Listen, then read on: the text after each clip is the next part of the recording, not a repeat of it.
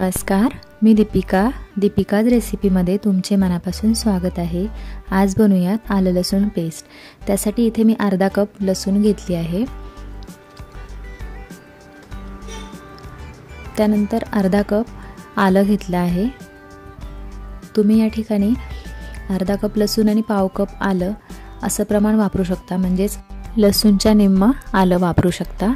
इथे मी दोन्ही सेम प्रमाणात वापरला आहे। आता हे थोडं बारीक करून घेते। इथे मी थोडं बारीक करून घेतलं आहे, पूर्ण पेस्ट बनवली नाहीये, असं जाडसर असं आहे हे। इथे तुम्ही बघू शकता, एकदम जसं आपण भरड काढतो तसं जाडसर आहे। आता या स्टेजला यामध्ये मीठ आणि तेल घालून घ्यायचं आहे, जे प्रिझर्वेटिव्हचं काम करतात। इथे मी 1 चमचा मीठ घालून घेतला आहे आणि साधारण 2 टेबलस्पून एवढं तेल घालून घेते। आता मीठ आणि तेल घातल्यानंतर याची छान बारीक पेस्ट करून घ्यायची। पाण्याचा वापर अजिबात करायचा नाही, म्हणजे आपली पेस्ट चांगली टिकते।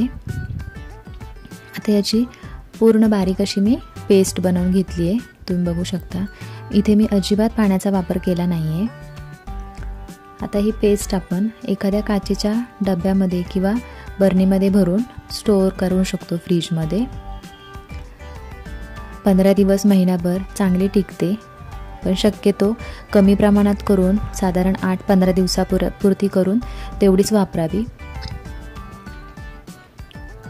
इथे मी एका डब्यामध्ये काचेच्या स्टोअर करून ठेवणार आहे। तुम्ही पण याप्रमाणे आलं लसूण पेस्ट बनवून बघा। याप्रमाणे आलं लसूण पेस्ट किंवा आपलं कांदा खोबरं वाटण तयार असेल तर आपला स्वयंपाकही लवकर होतो। तुम्हाला जर हा व्हिडिओ आवडला असेल तर व्हिडिओला लाईक करा व चॅनलला सबस्क्राईब करा। व्हिडिओ पाहिल्याबद्दल धन्यवाद।